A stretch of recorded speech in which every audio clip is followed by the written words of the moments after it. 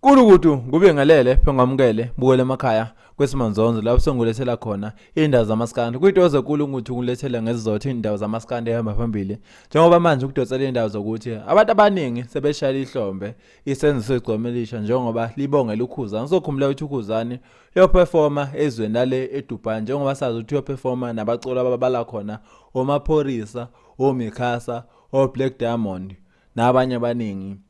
Lo mcimbi lo uzobe uhostwe uMzansi Magic futhi uzobe usakaza ngomhla ka-17 ku-October. Igcwamelisha ke lishaya lihlombe njengoba libhalile lapha ku Facebook ngempela ukuthi kubhizi kakhulu endimeni guys. Omunye wabafowethu uya eDubai asimbongise kuhle lokho indlela yokusebenza ifana. Ubese shoke ngamancoko ngempela ukuthi naye uzothi hulukuqu le kwelaseKapa lodumo. Ngalo isabathu asesho ukuthi abantu noma bengambongelanga yena ngoba vele wakwaya phesheya kwelaseNgilandi naseZimbabwe kodwa abantu azange bembongele.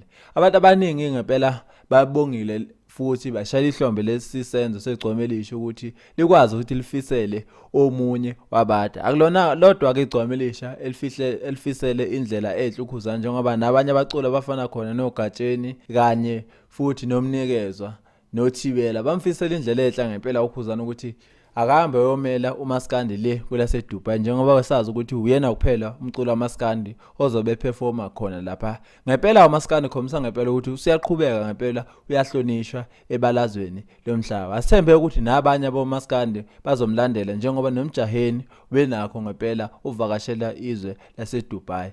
Kwesimanzonzo izona indaba ngempela ejabulela abantu abaningi ngithe ake ngikuzise zona. Bukele emakhaya ke kodwa siyohlangana futhi ngokuzayo. Till next time. Siyabonga.